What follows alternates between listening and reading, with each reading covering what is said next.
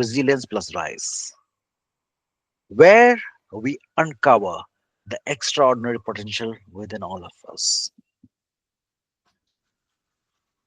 This Resilience plus Rise, the podcast, is a companion to my upcoming book, Resilience plus Rise 26.2 Transformative Milestones to Unleash Your Marathon of Life Mindset.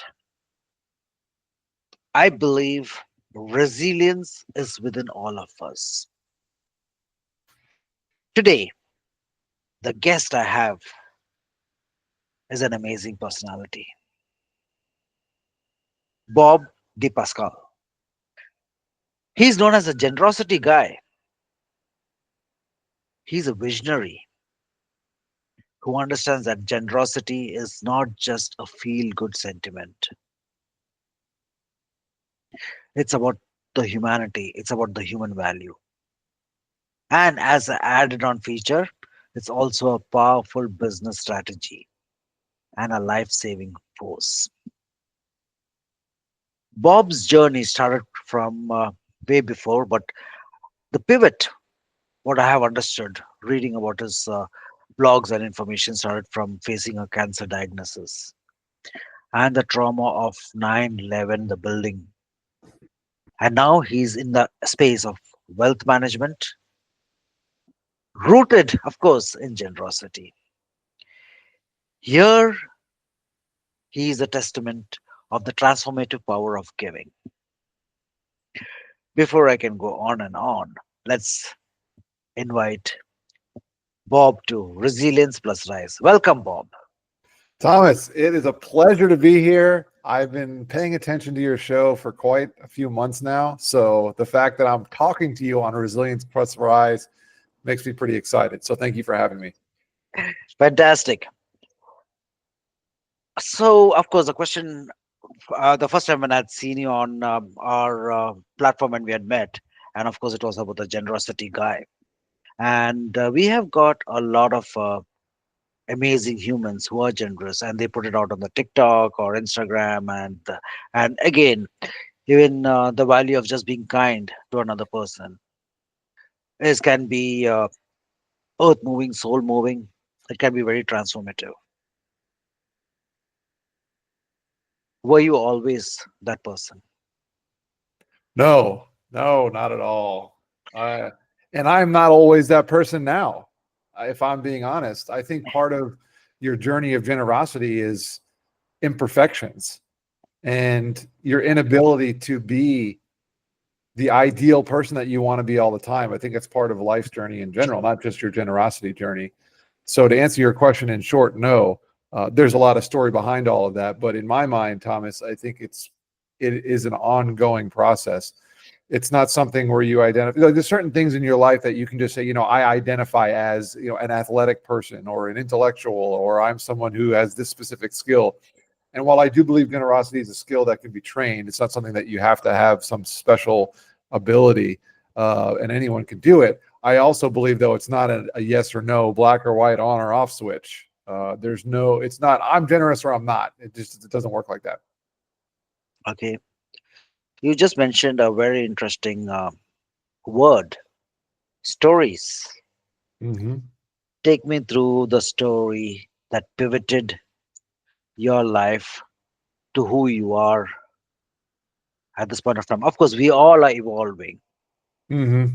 but take us through. Yes.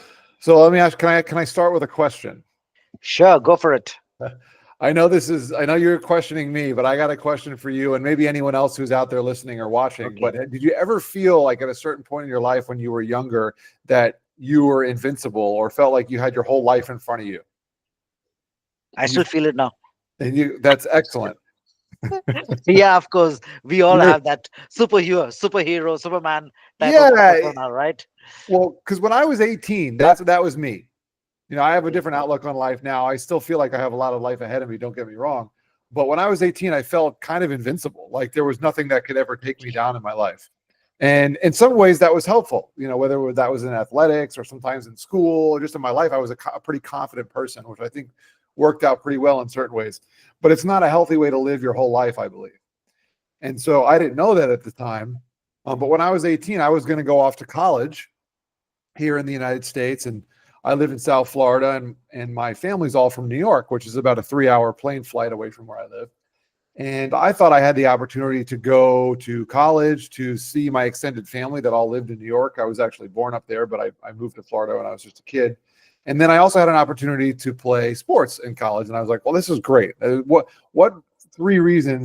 other reasons could I possibly need to go to school? I get to play sports, I get to get my education, and I get to spend more time with my family that I don't know that much. Well, in a very short order, things changed a lot for me. I went from that invisible. Yeah. No, I was not invisible. This is not a story about magic. I was not invisible. I thought I was invincible, but I was in training camp for playing football here, American football. And in just a couple of days, I thought I had an injury. I thought I had a groin injury. I'll never forget. I was running down on a kickoff, and I thought I tweaked something. If you've ever pulled a groin muscle, that is one of the most debilitating injuries. Anyone out there who's thinking of this, I mean, it's really hard to walk, to twist, stand, and sit. You don't realize the muscles that you have, in your hips and in that area, in your groin area. And so I thought I had this injury, and in just a few days, I went from having what I thought was this minor injury to something that ended up being pretty serious. And one of these days, I was in the training room doing some rehab. And my rehab exercise, Thomas, now picture me sitting on a stool, a 3-wheeled stool, and I'm shimmying across this training room, which on a training camp morning at like 5:30, 6 o'clock in the morning, there's probably 100 people in this room. And part of the exercise, I guess, was just dodging the people. I mean, and I could not get from one end of the room to the other. I mean, any normal I'm sitting on a chair right now with wheels. I could slide to the other end of the room in 5 seconds. I couldn't do that. That's how much discomfort I was in. Well, I'll never forget this. Our head trainer stood up. He was a small guy. He was probably 5'8" or shorter. I mean, not a tall gentleman at all. In order to get everyone's attention in the room on a training camp morning like that, where we're super busy, he would have to stand on this box like in the middle of the room, and he would cup his hands and he'd scream to the group like to be quiet so he could make some kind of announcement. Well, I'm not making up any part of the story, but this almost seems like it just suddenly got silent that day. And it probably wasn't completely silent, but it just felt like it. And he cupped his hands and he yelled out, and they called me Bobby at the time, was my nickname. Is Bobby, quit being a weakling, get back out on the field. And I'm thinking to myself, a weakling? You can't call me a weakling. I'm a freshman. I'm trying to prove myself to my coaches and my teammates. Like, I'm trying to make a name for myself in this new role here at college. And I felt like such a loser. I mean, just a couple of days before that, I was this invincible kid, thinking I was on top of the world and I could handle anything in my life. And it really struck me down. And I don't know if you're out there and you're listening, you've ever had someone criticize you in public like that. And someone in authority, not just like your buddy goofing around. This was like the head trainer that everyone respected. He was a doctor, And so I actually confronted him about this after everyone left and went off. They had all go to practice, and I wasn't going to practice because I could barely walk. And I said to them, I said, Rick, listen, man, like, I don't know why you got to call me out like that. And he's like, listen, if no one has ever had an injury like this, it takes them this long to recover from. And I said, Rick, then I don't have the injury that you think I have. Like, something, you got to do something. Like, you're the doctor, you're the trainer. Your job is not to call me out in front of my teammates. Your job is to fix me. And so he said, all right, well, I'm going to send you to the doctor, because if this is everything, I'm giving you everything that we normally do for this type of injury. So over the next week or so, I drove all around New York and Long Island. I'm an 18-year-old kid. Technically, I'm an adult because I'm 18, but I mean, I could barely brush my teeth. I'm not really an adult. And I went to all these doctor's appointments. I had ultrasounds, CAT scans, sonograms, MRIs, you name it, Thomas. Every test in the book I had. And every single time I would go into the office, to one of these doctor's offices, I would have to fill out all this paperwork. And I don't know. I mean, I don't know the answers to these questions. I'm just blindly filling stuff out like I know what I'm talking about. Just get me in, like, let me get the test. I want to get back out on the field. Like in my mind, I'm thinking I need to be playing football. Of course. That's at that age, that's what I'm thinking. Okay. So I'll never forget this. I had one more doctor's appointment and all the results, they're coming back. The results keep coming back and they're not finding anything. And I'm like, this doesn't make any sense. So my parents were supposed to come up to New York for my first ever game. Now we knew at this point I wasn't playing in the game because of my injury, but the day that they were flying up was a Thursday before the game, which would have been on a Saturday, but they were flying up on a Thursday and I had an appointment the same morning. So I went into this appointment and typically I would go into the appointment and they would hand me this stack of paperwork and it would take me a half hour, if not longer, to fill it all out. Then I would be waiting and I have to prep for all the tests. I mean, I'd be in the office for at least 2 hours, probably longer on most of these appointments. Well, this time I walked in there. It's like the moment I walked in, they were expecting me. And I was like the guest of honor. I opened the door and they called me back. I went 30 seconds later, they took me back to the room. I went right into the room. I was like, this is kind of weird. Like, why am I getting this priority treatment? I sit down in the office there, and seconds later, the doctor walks in. Once again, abnormal. Like I'm normally used to waiting. The doctor walks in. He sits down at the desk right in front of me, and he looks me in the eye and he says, "Bobby, you have cancer." And I said, "What?" I didn't know what to say. I was dead silent. My jaw hit the desk and I was staring at I was like, I'm just looking at him. And it felt like an hour. It must have been 10 seconds. And he said, "Don't panic. We're going to hook you up with an oncologist. You're free to go." Now, I'm not a doctor, but I'm pretty sure "we're going to hook you up with an oncologist" is not typical medical language. And he said, "Don't panic." And I'm thinking to myself, how am I not supposed to panic? Like I'm this invincible 18-year-old kid, like on top of the world. I'm playing ball. I'm going to school. Something's missing here. So I walked out of the room there in shock. And I walked out of the building, automatic sliding glass door.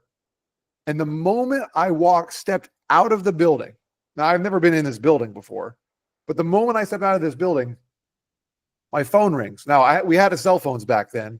It was not a fancy cell phone, but it was a cell phone. And it was my mom.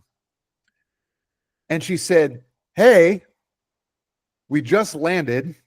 I expected you to be in your doctor's appointment.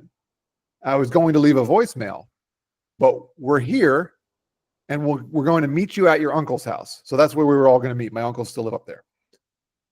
And she goes, "Well, before I let you go, how'd the appointment go?" And Thomas, I mean, what was I going to say? I had to tell her. So I said, "Well, Mom, about the appointment, this is what the doctor told me." And it was dead silent on the other side of the phone when I told her what the doctor said. But I could feel the pain and the fear in my mom. It was like she was screaming, even though she wasn't saying a word. And the only thing that I could hear was my dad on the other end, because he was also in the car with her. And he was yelling, "Susan, Susan, what's wrong?" So even my dad knew something was wrong just by my mom's reaction, even though he couldn't hear what I said. So we met back at my uncle's house and we looked at each other. I'm an only child. I'm a mama's boy. I'd never been away from home that long already. I had the longest I had ever been away from home, almost a month at that point. And we looked at each other and we, gave each other a big hug and shed some tears and said some prayers and kind of looked at each other like, well, what are we going to do now? So that was Thursday. And I guess I can let it breathe for a minute. It's a long story, but I mean, that alone was quite an experience in my life. So a couple of days went by and it's Saturday now. It's supposed to be the day of my team's first game there. Now, like I said, wasn't playing in it, wasn't even there. It was just at my uncle's house. And my uncle's best friend came over his house. His name is Tim. and we had never met him before because we were from Florida, a long way away. We didn't know any of these people. So he knocked on the door. We were all hanging around in the kitchen, and he knocked on the front door, and my aunt went to get him, and he came into the kitchen there, and we're all standing around. It's kind of awkward, actually. And it's my uncle, my parents, my aunt, and Tim. And we didn't know the guy at all. Like I said, he said hi to my uncle and walked directly to my parents, like beeline, walks right over to my parents. And he pulls his keys out of his pocket. And he pulled the keys out of his pocket, and it looked like he was like shoving them in my parents' face. And he's like, Bob and Susan, that's my parents' names, Bob and Susan. Here, take my keys. You can have my car for as long as you need it. I can't imagine what you're going through with your son right now. So obviously he knew that about my cancer diagnosis. And I thought to myself, I was like, what is this guy doing? Like, this is the most generous thing that someone's ever done for me and my family. And he was there for maybe 15 minutes. He said goodbye to my aunt and uncle, said, nice to meet you, Bob, Susan, Bobby. And he left and he walked out, and that was it. And I looked at my uncle. I was like, Uncle, like, who is this guy? Like, he just comes over and and he goes, yeah, that's Tim, man. And I was like, man, that was like the nicest thing ever. He goes, yeah, Tim's a really, really generous guy. So Tim was gone. Saturday goes by. Monday comes. I had already spoken to my oncologist previously, and he said, don't drop out of your classes. You need treatment. You need surgery. We're going to give you all this other stuff that you need for your sickness, but don't drop out of all your classes yet, because you can't just, you got to have something to do. So I went to my second ever college class on Tuesday morning. So this is just a few days after Tim had visited my uncle's house. And I come out of that class, and I went to the cafeteria to get something to eat. And I'm sitting in the cafeteria there, and I think I was eating a breakfast burrito, something easy, quick and easy. Just give me something to eat. And I'm watching the TV. So there's a television. It's like an old school TV it's like maybe 8 inches, and it's a bracket on between the ceiling and the wall, just hanging there. I don't know if you're familiar with those, like an old school TV there. And the news is on the television. And I mean, I'm an 18-year-old kid. I don't really watch the news to begin with, not to mention I'm in a strange place, and I don't even know the news channels up there. But the news is on, and I'm looking at it, and I'm sitting there eating my burrito. And then all of a sudden they flip to this new, like, breaking news story, and a plane had just crashed into a building in New York City. And I'm thinking to myself, wow, that's terrible. So I actually called my dad, and I said, hey, Dad, where are you at? He's like, yeah, I'm at your uncle's house. I'm sitting here watching the news. Did you see what's going on? And I said, yeah, what a terrible accident. And then, less than a minute later, all of a sudden, bam, another plane hits another building, like right there. And it turns out that was a September 11th terrorist attack in Manhattan. And my dad said to me, he goes, son, that's not an accident. You better get back to your uncle's house here. So Thomas, injured groin and all, or what I thought was an injured groin, I hobbled out of there as fast as I possibly could. The breakfast burrito is probably still sitting on the counter. I just left everything, and I just beelined out of there, hopped in the car, and it was typically about a 15-minute drive from school to my uncle's house. It took me 9 hours to drive. Now I'm driving down the highway. It's bumper to bumper traffic. No one's moving. Burning towers. I'm in New York, remember? So burning towers in the distance. And I listened to the whole thing for 9 hours. I would never, ever listen to 9 straight hours of AM radio again. But I listened to the whole thing, riveting. And I pulled off the highway, and I ran out of gas in my uncle's neighborhood. And thankfully, I didn't run out of gas on the highway. We pushed my car into the driveway. And my aunt was hysterical because my uncle was on business the night before in Denver, and he was supposed to fly home to New York. And she's like, oh my, what's going on? Like, was he in one of those planes? Who knows? We didn't know. Finally, a couple of hours later, it's nighttime now because I was in the car that whole day. It's nighttime now, And my uncle calls finally. He goes, guys, listen, I'm so sorry. I'm sure you've been panicking. I saw what happened. I'm stuck in Denver. I've been here all day. The phones have been out. I can't do anything. I'll try to catch a flight tomorrow, but I want to let you know I'm okay. Thank God. And we were like, oh, phew, he's okay. And we were going to hang up the phone. And he said, but hey, guys, before I let you go, I want to let you know that my friend Tim, who you met on Saturday, he was in the towers this morning. And Ouch. he must have died. And I don't know, it just kind of hit me in that moment. I was like, this is the guy that just did the generous thing. Like, this doesn't make any sense to me. Like, he doesn't deserve to die. And so it turns out that Tim worked for an organization called Cantor Fitzgerald investment firm. And they were known for being really, really generous people. And that whole office, the only gentleman that survived that morning from that office, hundreds of them, was Howard Lutnick, their CEO, who's subsequently taking a position in politics now. You may have heard his name if people want to look up Cantor Fitzgerald, Howard Lutnick. And his story is tremendous. And the only reason why he wasn't in the office that morning was because he was taking his son to his first day of a new school, kindergarten, preschool, or something. I don't remember, but it's the most emotional press conference if you watch it, because I mean, he lost his whole company. And but they were really generous people. They were known for giving office space to my uncle's foundation. Hmm. And so these are really, really generous people. And Tim just happened to be one of their longtime employees. And there was a saying that used to go around there to the effect of, you never know when your last chance to be generous will be for someone. And so you might as well take advantage of it. And so I don't know this for sure because there was a couple day period there, but it kind of feels like Tim's last chance to be generous was to my family and me at that time, and he capitalized on it. So that's a long-winded story to tell you. That's why generosity is so meaningful to me, and that's kind of my story and how at 18 my life was changed. Fantastic. And of course, then you got into investments itself, you got into wealth management, and you continued on that trajectory. So, one main question. So, what happened to the cancer? So what I ended up having, if you may not have been able to kind of think about, with a groin injury, it was actually testicular cancer is what I had. And at the time, that was a couple, not even a year or so after Lance Armstrong, the famous cyclist, was diagnosed. So testicular cancer was actually kind of popular at that point, or at least understood.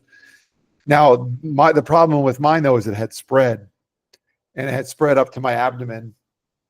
And the doctor he actually told me, listen, this is an extremely aggressive form of cancer.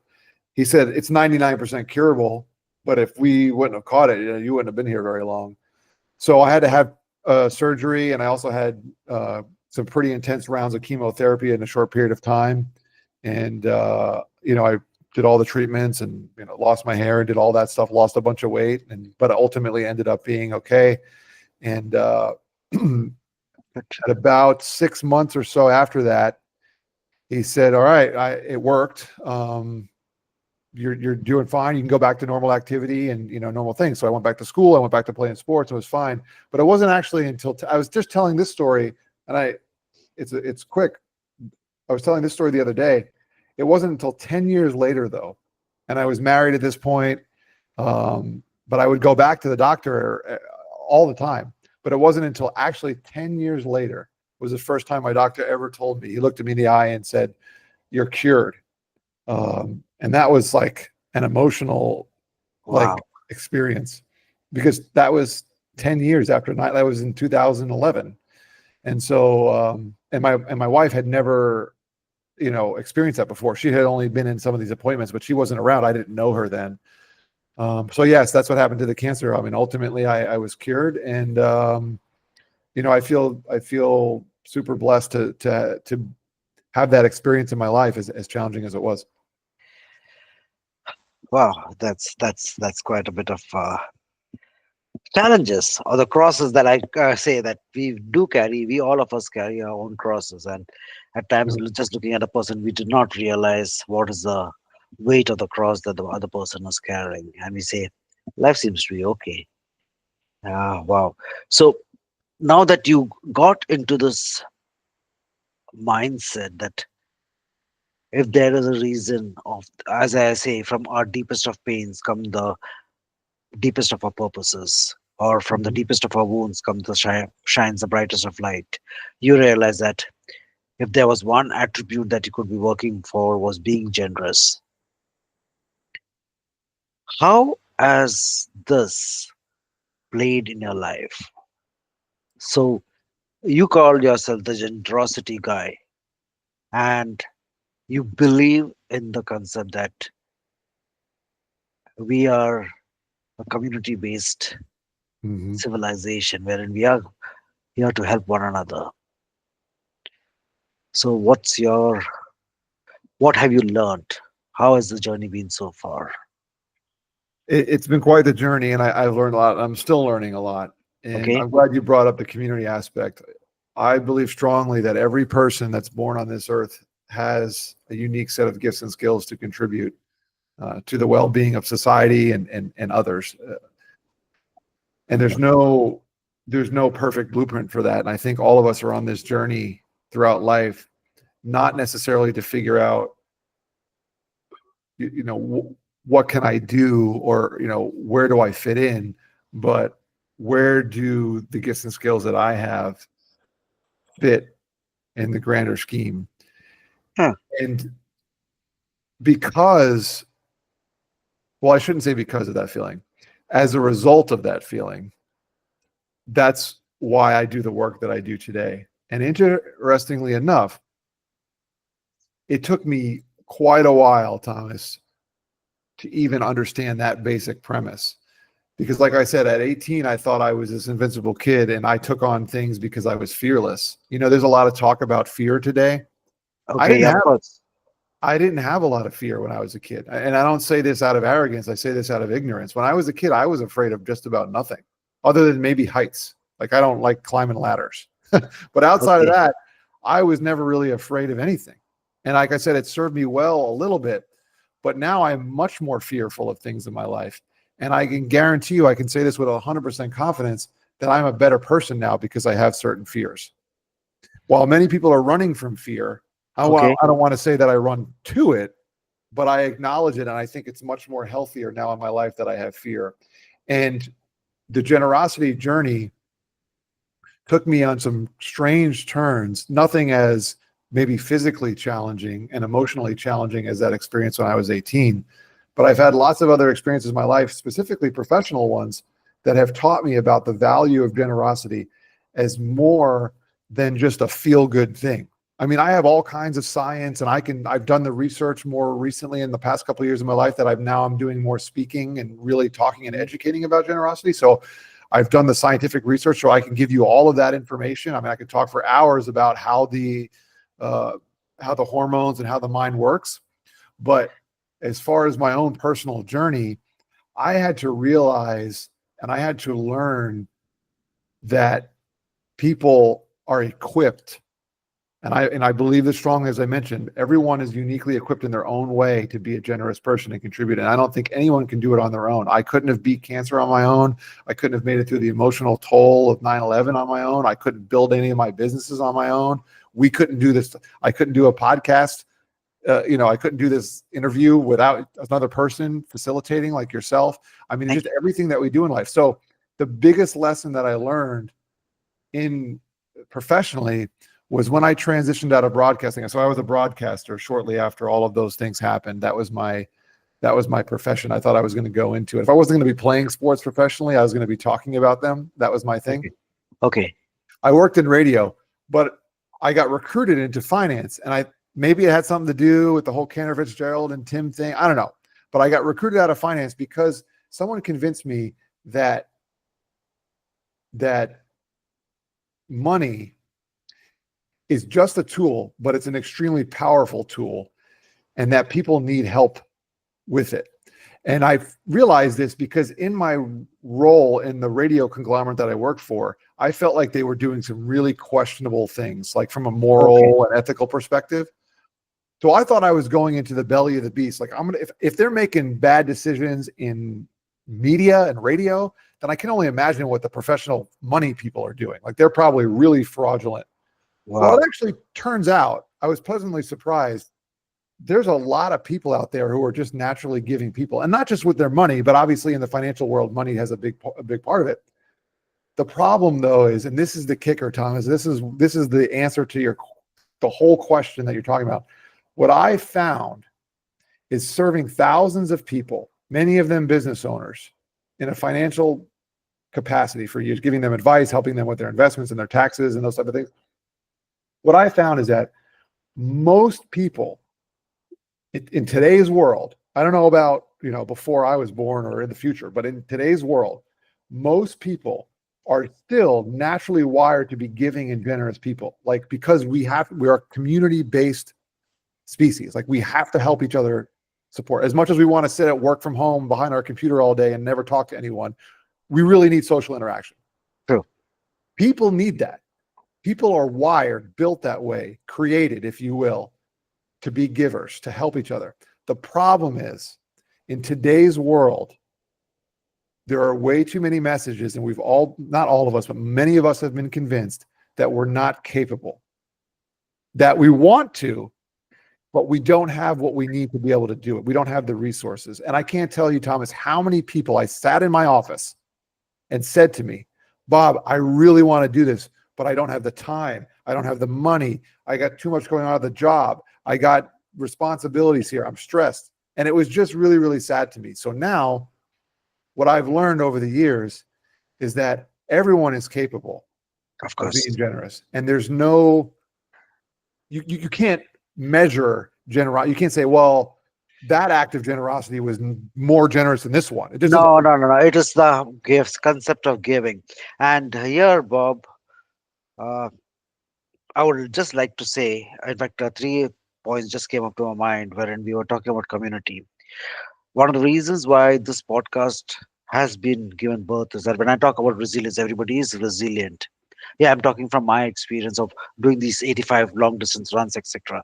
But I also put across another element is that everybody is having the challenges and they're able to rise. And that's the reason why I put in today the podcast, wherein people can listen to it and say that, you know what, that person has also struggled and look how they have overcome it. Mhm. And when I talk about community, for me, one of the most deepest element which I totally believe in is that we all are angels with one wing.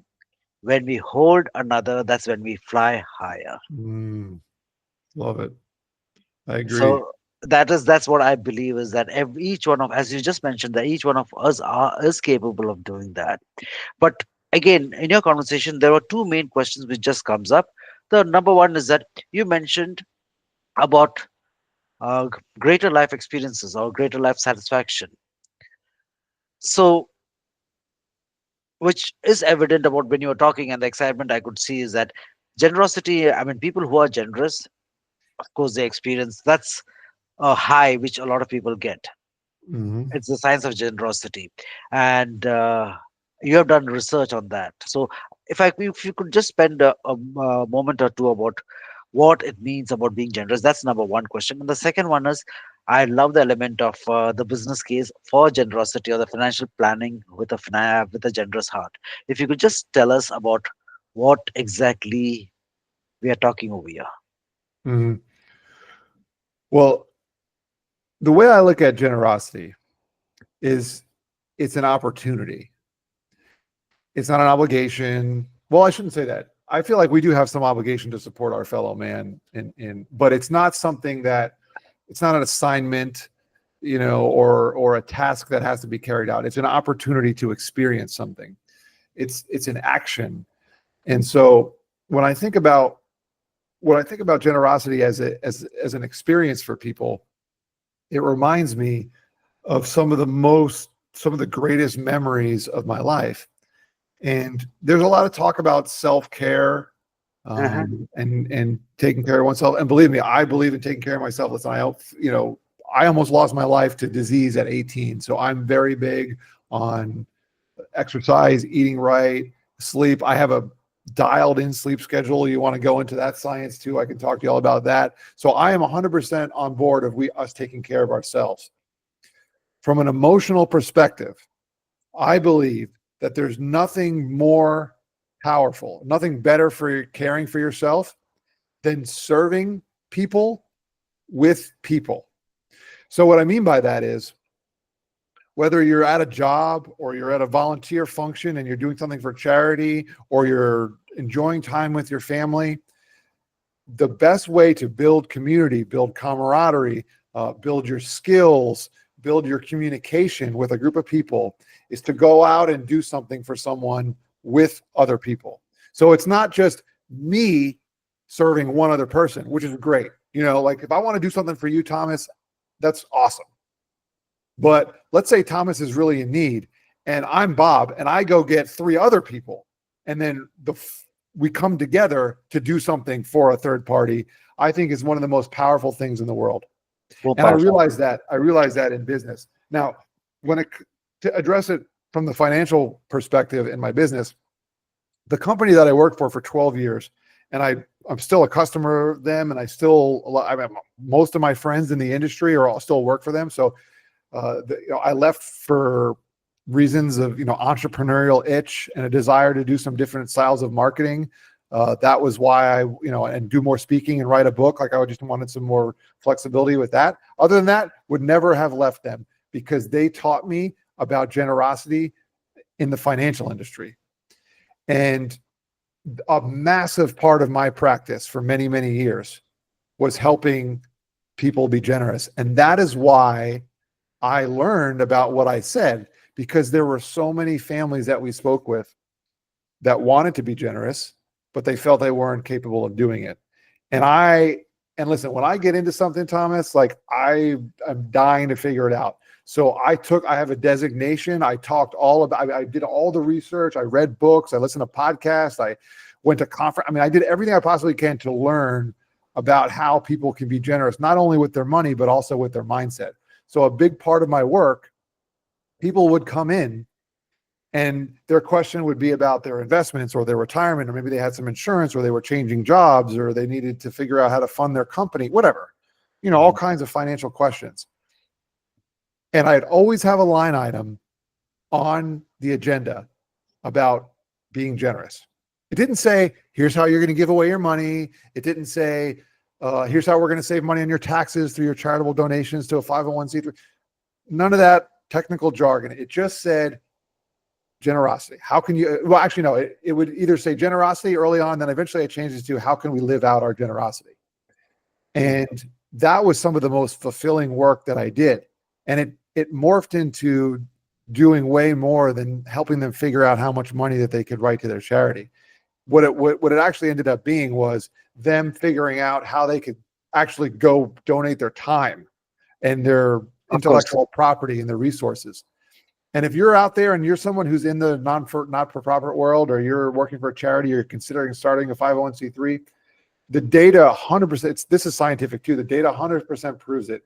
When you have people that are involved in your organization, they're much more likely to be deeper financial donors in the future. So instead of soliciting someone to give you $100 check one time, solicit them to come out to your wherever you serve, whatever it is that you do, and have them get their hands dirty and participate. They'll give way more than $100 in their lifetime if they have an emotional connection with your cause. Wonderful. Wonderful. Bob, just being mindful of the time, do you have any passing statements to the listeners of this conversation? No. As you can tell, I like to talk, my friend. No, but something which they can, if something, because so many years of, there is in depth of value what you have been talking about. But again, I'm not asking for advice because I myself, I do not like advice. But if there's a suggestion, and there are elements which you mentioned, is that the experience, the satisfaction, life satisfaction becomes different when you are in the space of being generous. We all do generosity, but at times we may not realize it, or sometimes we may be shying away from the limelight of being generous. I got 2 things for you. Sure. One is a saying that I heard at a concert this was before my cancer diagnosis. I was probably 16 years old, and it's taken me decades to figure out really what this meant. but the lead singer of the band stopped the concert like after one song, and he said, "This next song is so meaningful to me, but and sometimes I feel so small." But he said, "You may not change the world, but you may change the world for one." And so I started telling all of our clients this. I was like, "Listen, you want to be generous? Don't try to change the world. Just do something for one person. You might change their world." So anyone out there listening and feeling like, hey, yeah, I'm not really sure how I can implement this generosity thing, think about it that way. And then the one other thing, and like you said, I don't know if it's a piece of advice or just a way of looking at it. This is one of my main premises in many of the talks that I give. And I always say when there's joy in the journey, there's fulfillment in the finish. And it reminds me of two things. One is that nothing's permanent.